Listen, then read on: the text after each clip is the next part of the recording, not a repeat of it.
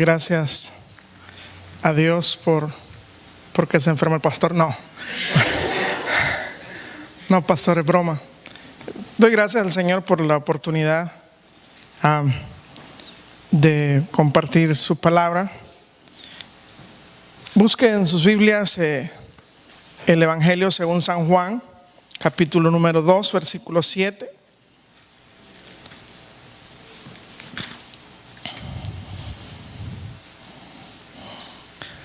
Vamos a hablar acerca del estilo de Jesús.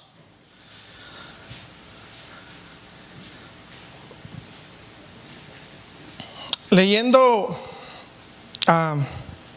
los evangelios, aprende uno a conocer a Jesús. Principalmente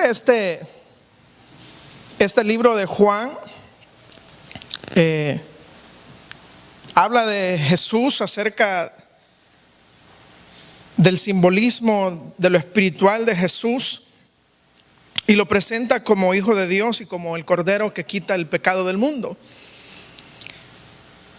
Presenta estrictamente la deidad de Jesús.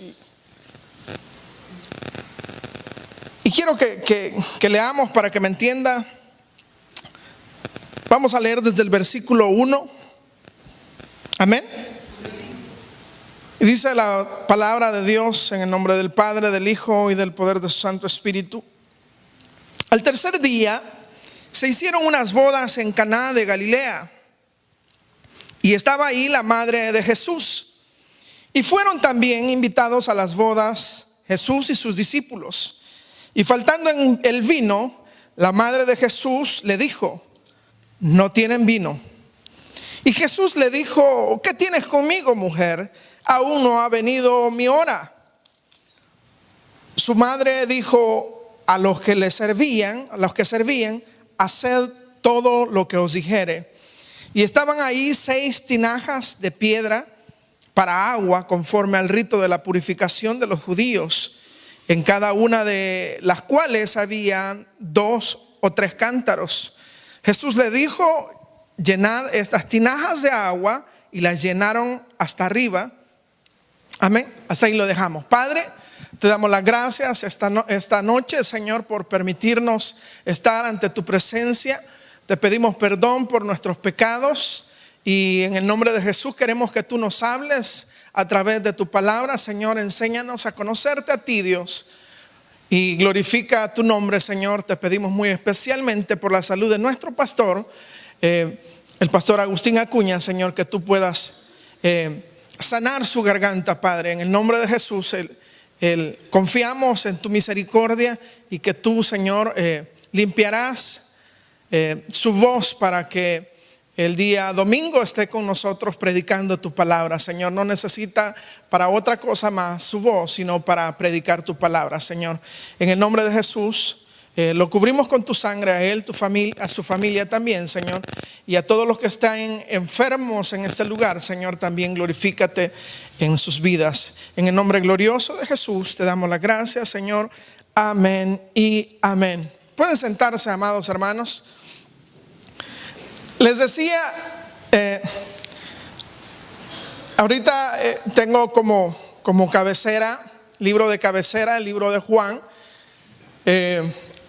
Estoy terminando con el libro de Juan, de leer los evangelios, y cada vez que paso por algún libro, descubro nuevas cosas, y me detengo en cosas que en algún otro momento tal vez no me detuve, porque me detuve en otras cosas. Y veo, hermanos, la simplicidad de Jesús para hacer milagros. En lo personal, nosotros estamos acostumbrados, cuando hemos visto campañas de pastores pentecostales, vemos cómo se hace aquella oración muy fervorosa, y no quiero llamarlo show, pero prácticamente es algo que nosotros esperamos que acontezca, y que caiga gente a veces. No sé si han visto eso en la televisión, y Y Jesús era bien sencillo, muy sencillo. Y precisamente el libro de Juan narra que este es su primer milagro. Y aparentemente él no iba a iniciar su ministerio, pero su mamá ve la necesidad y pensó que él podía hacer algo. Y por eso vemos que él le dice: mujer, no ha llegado mi hora. Pero sin embargo, esto nos muestra también que cuando nosotros le pedimos algo a Dios, Él tiene su tiempo para todo, pero que Él puede hacer algo cuando nosotros creemos en Él. Y María esto hacía, creer en Él. Sabía de qué manera lo había engendrado, sabía de su proceso, de su formación. Y nadie conocía a Jesús más que María en ese momento. Y pues sucede eso. Y me llama la atención, en la mayoría de los milagros que Jesús hizo, los hacía de manera sencilla. Y esto nos llama a la meditación de que nosotros debemos de ser sencillos. Y hoy estaba hablando con unos hermanos atrás, incluyendo a mi hermano, y vimos en las redes sociales el día de hoy, bueno, yo vi en las redes sociales hoy a un pastor que lo están tal vez no difamando, sino que lo están ha salido a la luz pública. Él está pidiendo una ofrenda de $65 millones para comprar un avión. Y está siendo blanco de críticas y también de personas que conocen ese tipo de ministerios y que en lo personal lo juzgo no como qué bárbaro, sino que digo, Dios lo está honrando y él ya tiene un avión. Yo cuando lo compartí, quiero decirles esto, lo compartí, pero no con el afán de criticarlo. Admiro grandes ministerios que se mueven así. Y vi el video, quiero hacerles la historia, y aparece un pastor dando su punto de vista y dice: nosotros no conocemos la agenda que tiene el pastor, es un morenito, y no podemos juzgar. Dice él a las cruzadas donde va son cientos de miles de almas las que ganan para Cristo. Entonces, una alma delante de Dios vale mucho más que $65 millones. Lo que muchos ven, o lo que muchos podemos ver, es el despilfarro excesivo de dinero. Pero lo pongo desde este punto de vista. Esas grandes cruzadas que estas personas hacen, se gasta mucho, pero mucho dinero. Y yo creo que si Dios se lo provee es porque Él está haciendo algo. Sin embargo, contrasta con Jesús, yo sé, contrasta con Jesús, con su estilo. Pero no dejo soy muy respetuoso. Les quiero decir, con esto cierro ese círculo donde me metí, porque algunos van a estar a favor de lo que digo y otros, por supuesto, van a estar en contra. Pues para llevar a cabo el ministerio de Jesús, si usted necesita una bicicleta, Dios se la va a proveer. Le digo porque ha pasado en mi vida. Si usted necesita una moto, Dios se la va a proveer. Si usted necesita un bus, Dios se lo va a proveer. Y nos vamos a que nosotros, ¿qué estamos necesitando? Un templo. ¿Y cuántos creen que Dios lo va a proveer? Algo otras iglesias, oiga bien, ya me metí, yo no sé cómo me metí a esto, pero vamos a ver cómo salimos. Algo otras iglesias podrán pensar y decir, pero ¿por qué ellos gastan tanto en la renta de un local? Pues Dios lo provee. ¿Y por qué van a buscar uno más grande? ¿Por qué piensan en grande? Pero ¿por qué tenemos que pensar en pequeño? Si tenemos un Dios tan grande. Y se maneja la humildad de Jesús. Pero usted sabe cómo Jesús se transportaba. Él no necesitaba, en algunas ocasiones dice que cuando buscaban para matarlo, él simplemente desaparecía. No, la Biblia no dice cómo desaparecía, pero sí él desaparecía. Y tenía la habilidad de caminar entre las aguas. Y eso realmente para mí, para los discípulos, era un espectáculo tremendo. Imagínense ver caminar a alguien sobre las aguas. Veo en Jesús un derroche desmedido de poder que usaba en algunas ocasiones, pero era para glorificar su nombre. Amén. No sé si ustedes se acuerdan cuando iban sobre la barca y comenzó el mar a azotarlos, y él de repente mandó a callar el mar, y imagínense ese espectáculo. Yo lo veo así como un espectáculo. Mis ojos hubieran querido ver eso, no sé los suyos, pero yo me veo y vivo como me remonto a ese tiempo. Qué glorioso haber sido ese momento. Entonces, si este hombre, Dios sabe que necesita un avión, se lo va a proveer.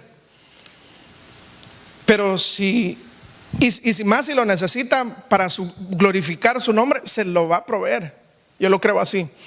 Y si está despilfarrando esos 65 millones de dólares, va a dar cuentas con Dios.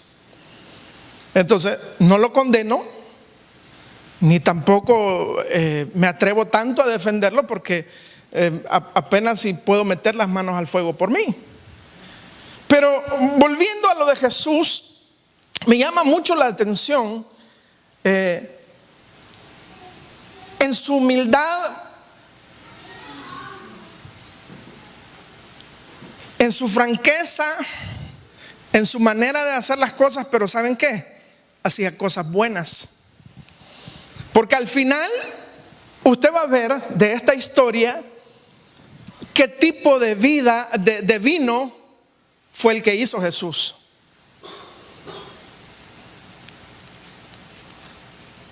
El maestresala se admira, oiga bien esto, de qué clase de vino fue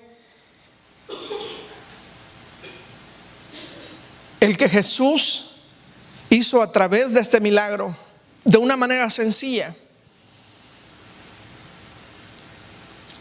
Yo creo, si hubiera estado en ese tiempo, amados, hubiera querido ver a Jesús, o hubiera esperado, no sé usted, pero yo sí, ver a Jesús haciendo algo para convertir esa agua en vino. Yo no sé si usted ha visto cosas portentosas de Dios en su vida. Yo las he visto, y me ha parecido espectacular. De algo tan sencillo. Él mismo era sencillo, y cuando hablaba decían: ¿de dónde tiene esta sabiduría? ¿Por qué? Porque se admiraban, porque era espectacular verlo hablar. Era espectacular verlo hacer milagros de una manera tan sencilla. Solo lo único que tuvo que decir fue: llenad las tinajas de agua, y las llenaron hasta arriba. Y dice el versículo 8: entonces les dijo: sacad ahora y llevadlo al maestresala. Y se lo llevaron. ¿Cuántas cosas hizo Jesús así? Se encontró con un ciego y agarró un poquito en palabras actuales, un poquito de tierra, un poquito de saliva, y se lo untó a aquel hombre. Y el resultado de eso, espectacular.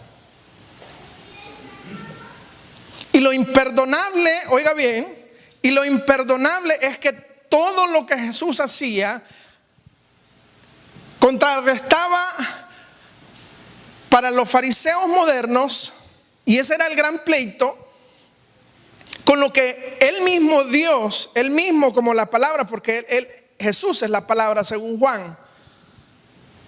En el principio era el verbo, y el verbo era Dios, y el verbo era con Dios. Jesús es la palabra, y él mismo dio la palabra, él mismo dio la ley, y él mismo está haciendo cosas que, ese era el problema de los judíos, que él mismo estaba haciendo cosas que iban en contra de la ley que él mismo había dado, porque su mayoría de milagros los hizo en un día de reposo.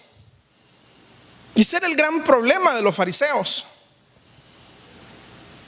Ya vemos, me incluyo, fariseos modernos. ¿Sabe eso?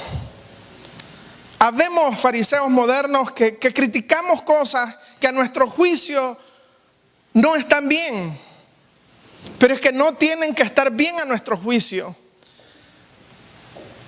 Hay cosas que no caben en nuestra mente, pero no necesitan caber en su mente. No necesita usted que aprobar algunas cosas. Necesita aprobarlas Dios.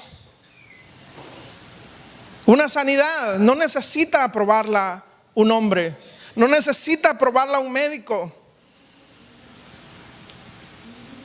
Es más, las sanidades de Dios van en contra de cualquier pronóstico y no tienen lógica.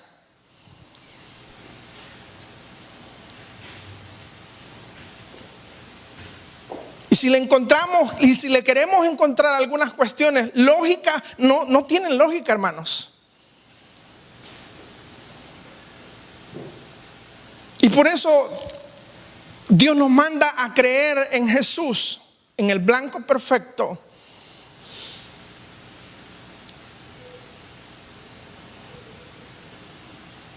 En creer cosas grandes. Si usted cree cosas pequeñas, pues está bien, cree en cosas pequeñas. Pero si usted cree que Dios de cosas pequeñas puede hacer cosas grandes, y lo hizo en todo, absolutamente los 66 libros, haciendo cosas grandes, cosas portentosas. Y si no lo hizo él, lo hizo uno de sus siervos.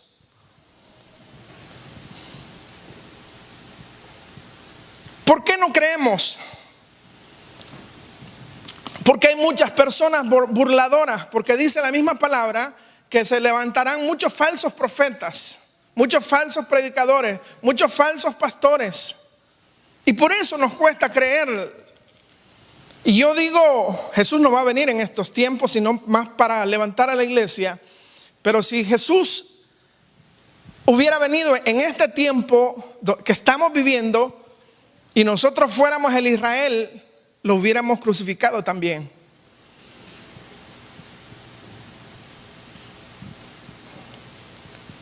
Porque hubiéramos pensado quizá igual que aquellos fariseos antiguos. Yo a veces me pongo a pensar cómo juzgo en mi corazón y lo dejo en mi corazón, y a veces tal vez lo comparto lo más con mi esposa. Porque soy bien exigente.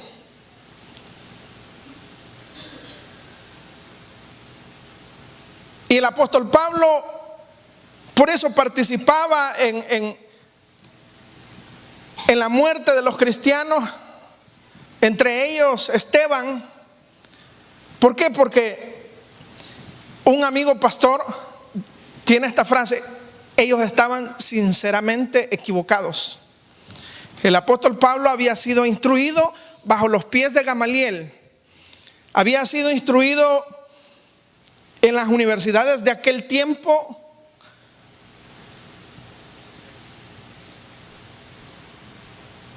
A los pies de Gamaliel, dice la palabra, no no sé quién es Gamaliel, pero quiero decirles esto: para que la palabra hable acerca de Gamaliel, tuvo que haber sido un gran maestro, un gran catedrático. Entonces, si a mí me dicen, aquí el pastor es Agustín Acuña, y otro se siente más pastor que él, en mi corazón eso va a chocar. Bueno, si el pastor es él, ¿por qué que él se cree? Pero ¿y por qué si ya dijeron una cosa, otro hace otra cosa? Yo soy así. Pero Jesús sencillo. Y muchos por eso no creyeron en él, porque no vieron detrás, oiga bien, detrás de esa humildad siempre había una gloria de Dios tremenda, expectante. Detrás de toda esa humildad, pero lo importante es cuando nosotros somos humildes y Dios se encarga de glorificarnos. Jesús todo el tiempo humilde. Y si usted ve esa humildad que tira como arrogancia, era porque es muy parecido. Porque a Pilato, a Herodes le pareció arrogancia. Por eso le dijeron: yo tengo el poder para soltarte, para matarte. ¿Y qué fue lo que le contestó Jesús?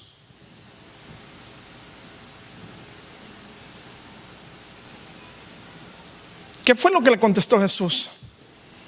¿Qué fue lo que contestó Jesús cuando le estaban diciendo de que lo iban a matar? A mí nadie me quita mi vida, dijo. Yo tengo el poder para ponerla, para volverla a quitar y para volverla a poner. Es el gran poderoso Jesús.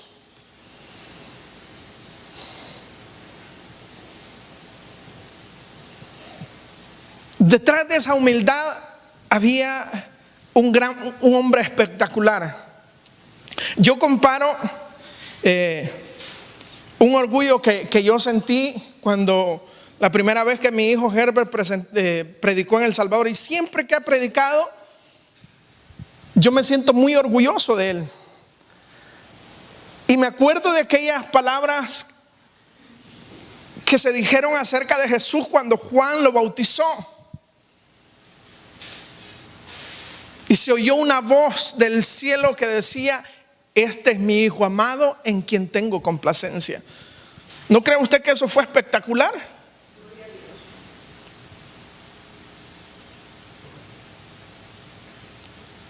Fue espectacular. En alguien sencillo que estaba pidiendo ser bautizado por un hombre, por Juan el Bautista. Y aquel hombre, reconociendo su autoridad, le dice: no, si yo soy el que necesito que tú me bautices. No, si yo no soy digno ni siquiera de desatar las correas de tus sandalias. Pero aquel gran hombre de Dios que se había levantado, que no hay otro profeta como él, dice la palabra,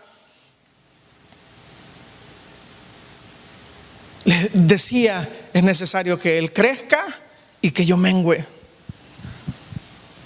Poderoso, espectacular Jesús, en su humildad, en su carácter, nos enseña a cómo de pequeñas cosas él puede hacer grandes cosas. Nuestra vida, su vida, para algunos pudo haber parecido en un tiempo decadente.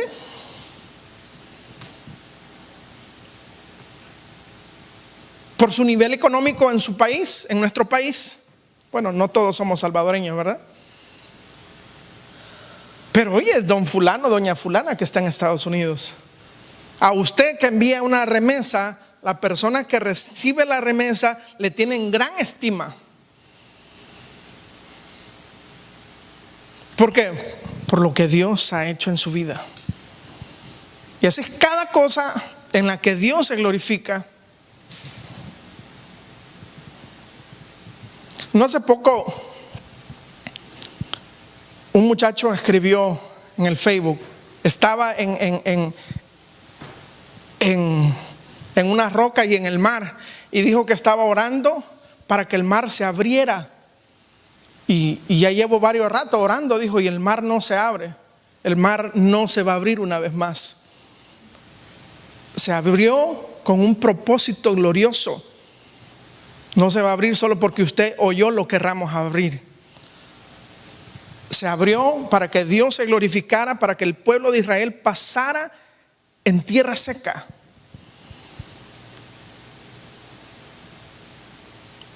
¿Qué fue eso?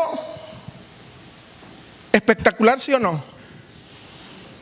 Ni siquiera, oiga bien, ni siquiera Moisés creía en sí mismo, porque cuando estaba recibiendo el llamado de parte de Dios le dijo: no, llama a aquel mejor si yo soy tartamudo para hablar. Y le dijo: no, yo te pondré palabras en tu boca. Amén. Dios hace cosas espectaculares. Su presencia en nuestras vidas es espectacular. Lo que pasa es que a veces nosotros estamos, y me recuerdo unas palabras que dijo el pastor la vez pasada.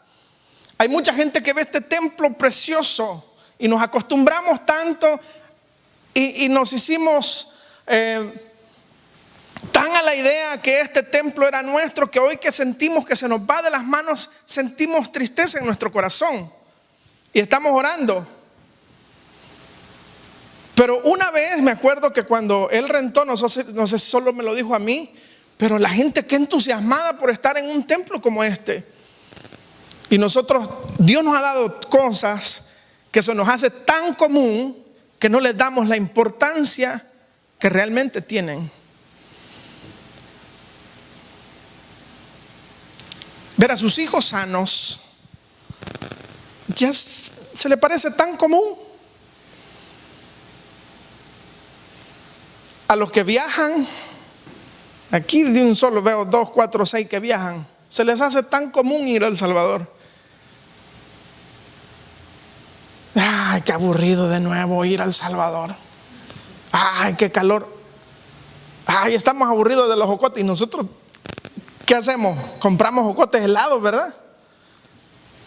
Pero esas cosas que antes nos parecían tan normales, hoy las deseamos. Por eso los productos nostálgicos tienen una gran influencia en el mercado latinoamericano, porque añoramos todo.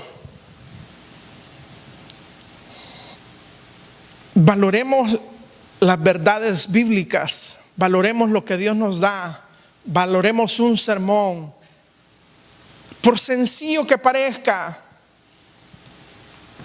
por humilde que parezca el predicador, por tan suave que hable, por muy fuerte que hable, valoremos ese mensaje, porque detrás de ese mensaje, algunas veces aburrido, algunas veces confrontativo, algunas veces edificativo, algunas veces exhortativo, hay una palabra de Dios para nosotros.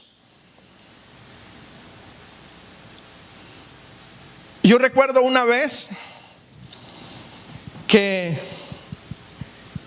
estaba en una iglesia y no sé si a usted le pasa, cuando yo estaba sentado me pasaba eso. Estaba expectante de quién iba a predicar. Y pasaron a un hermano que trabajaba en el tren de la basura, en el tren de aseo. Y dije en mi corazón así, honestamente, ¿qué me va a enseñar a mí ese basurerito? Y predicó un mensaje, amados, que me tapó la boca. Porque detrás de la humildad está Dios. Detrás de esa humildad, un día me dijo un pastor, no andaba listo para predicar y me dijo que predicara. Y yo me siento, cuando no ando bien con traje, me siento mal, porque para mí este es un lugar sagrado. Y le dije, no ando bien vestido. Y me dijo, Es que no es usted, no es su ropa la que predica, es Dios usando su vida.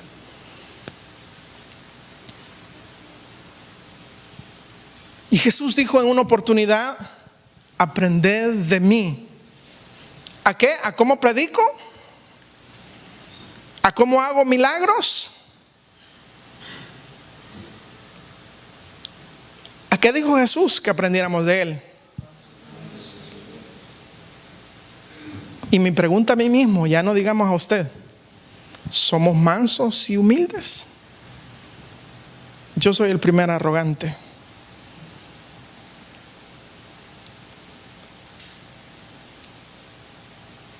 Mansos y humildes de corazón. Y a veces con ser un poquito de mansos, con ser un poquito de humildes, o con no tener nada de eso, Dios se glorifica en nuestras vidas. Yo siento una gran bendición tener una familia como la que tengo. Me siento muy afortunado.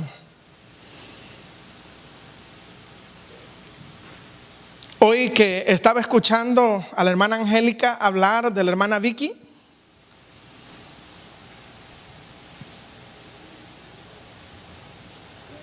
algunos pueden decir: ay, cómo se está llenando la boca. ¿Y quién no se va a llenar la boca, pues? ¿Cuántos años tiene hermana Vicky? Perdone la indiscreción.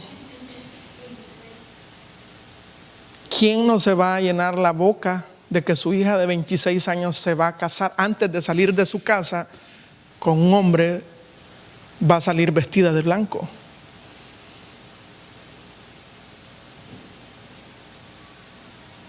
A más de alguno en su corazón, y eso es lo que provoca, es el fariseísmo que está metido detrás de nosotros, que se parece mucho a la envidia. Qué señora más arrogante. Pero ¿cómo no se va a llenar la boca? Si hay niñas de 15 años que están teniendo bebés, ¿cómo no me voy a llenar yo la boca de decir: mi hijo ha predicado?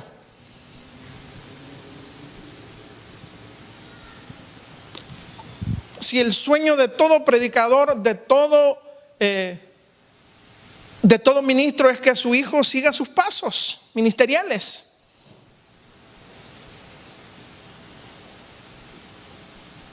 Cuando oigo hablar al pastor, o veo más bien que el pastor escribe acerca de Davidcito, ¿cómo lo ve?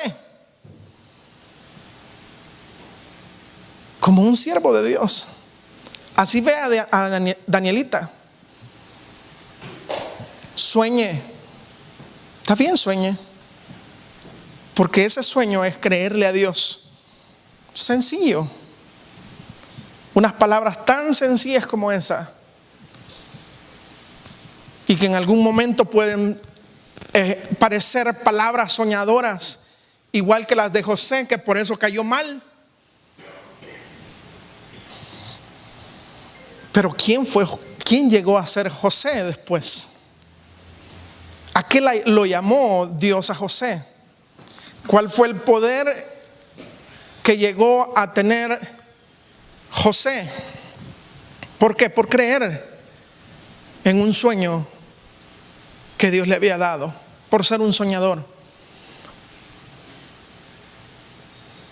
Si seamos muy humildes, yo no le digo que no seamos humildes, pero creámosle a Dios por cosas grandes. Yo no sé si usted es tan observador como yo. Dijo el hermano Salvador: aquí vamos a ver si es que Dios nos está quitando esto. Ahorita nos parece una locura que alguien diga eso. Dios nos va a quitar esto, pero nos va a dar algo mejor. Y hemos escuchado por tantos años al pastor Junior diciendo que Dios nos quita lo bueno para darnos lo mejor.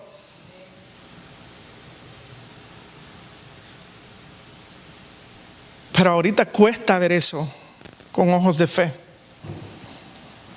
Yo no sé cómo Dios va a hacer. Pero de que lo va a hacer, lo va a hacer. Amén.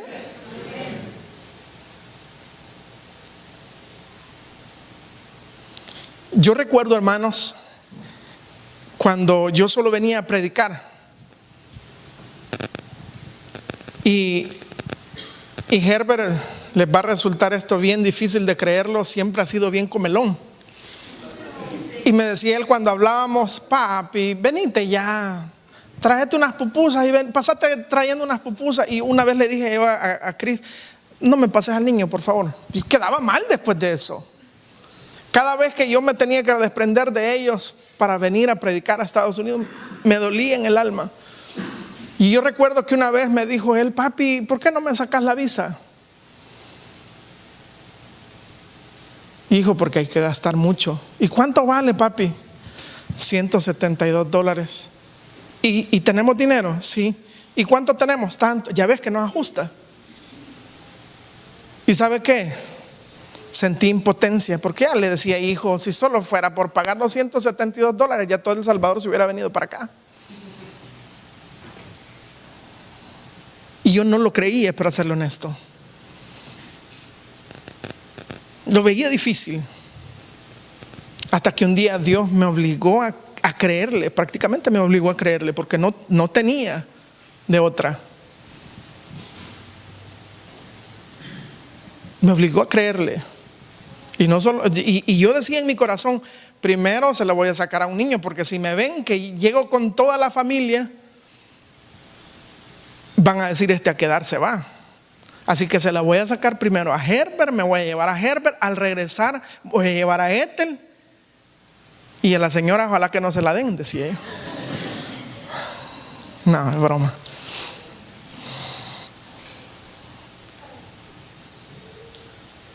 Pero Dios se glorifica en esas cosas tan sencillas que son para nosotros.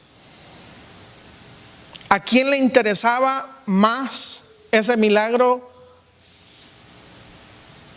del vino? ¿A quién le interesaba más para ustedes?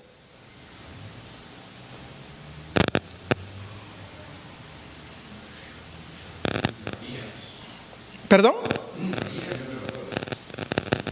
A la hermana Vicky y al hermano que se van a casar. Ellos eran los más grandes interesados, pero no se menciona su nombre.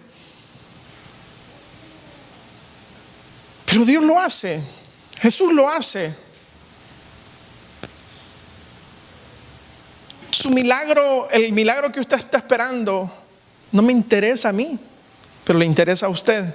Y usted delante de Dios vale mucho. ¿Puede darle un aplauso al Señor?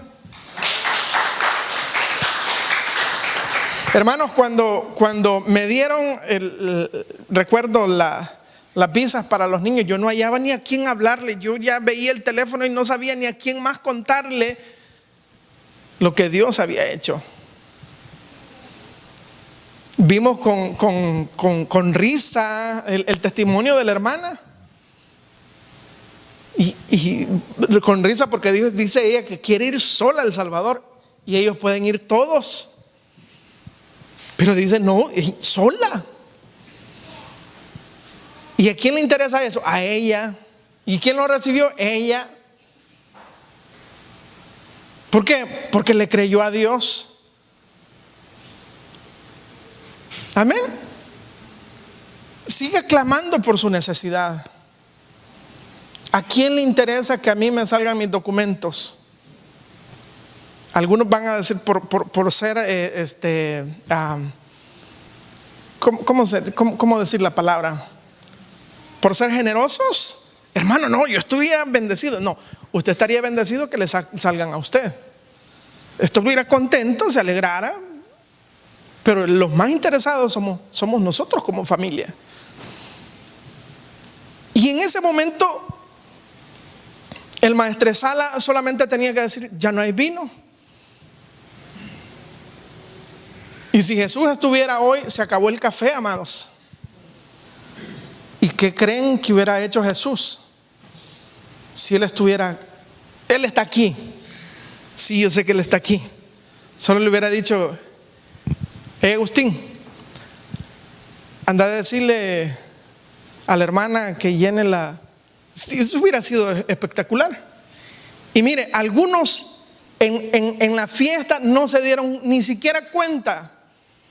Se acabó el café, pastor, le dijo a la hermana. Pero yo creo que ese milagro solo quedó entre el maestresala, los que llenaron los cántaros. Imagínense. ¿Por qué? Porque ellos habían visto las maravillas de Jesús en ese momento. Y nosotros hemos sido espectadores y partícipes de los milagros que Dios ha hecho en cada una de nuestras vidas. Yo creo que, como dijo la hermana, no alcanzaría toda la noche y la madrugada si cada uno pasáramos y nos recordáramos: Dios hizo este milagro, Dios hizo este milagro. Es pequeño, pero delante de Dios es de gran importancia.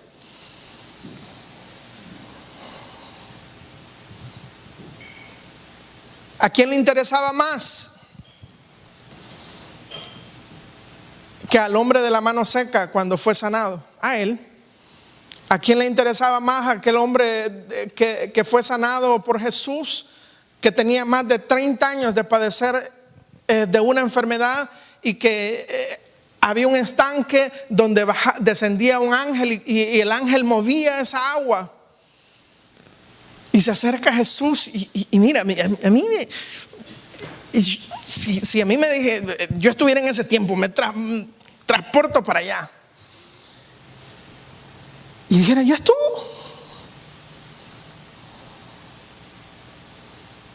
El día que mi esposa fue sana de,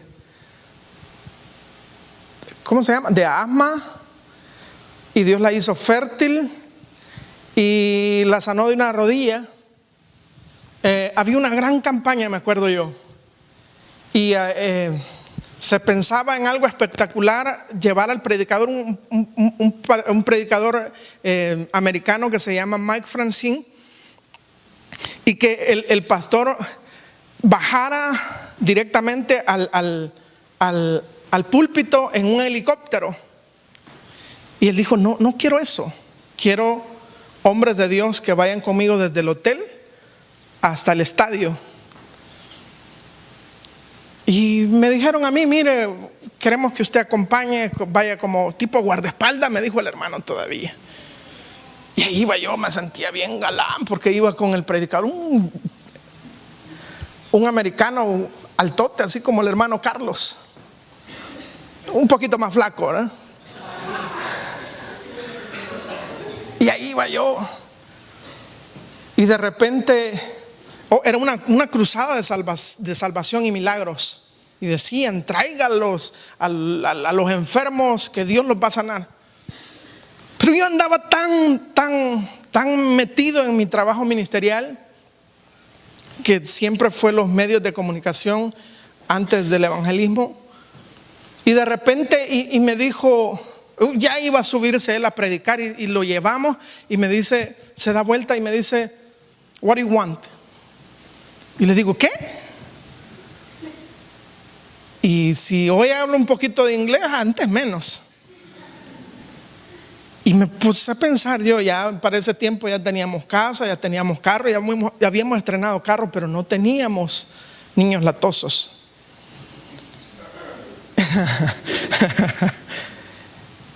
Anhelábamos un hijo. Habíamos pasado por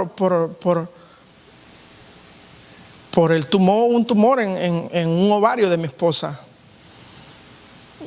y ya la había sanado, pero hacía falta el milagro de la concepción. Y me dijo él, ok, vamos a orar. Y después de que terminó, pero una oración sencilla también, sí, en voz alta. Los pentecostales, ustedes saben que oran en voz alta. Y después me dijo el hombre que me estaba traduciendo: dice el Señor que vas a querer los hijos que quieras tener. Y pasó la campaña, ni me acordé, para serle honesto. 9 meses después nació nuestro primogénito. Es algo tan sencillo.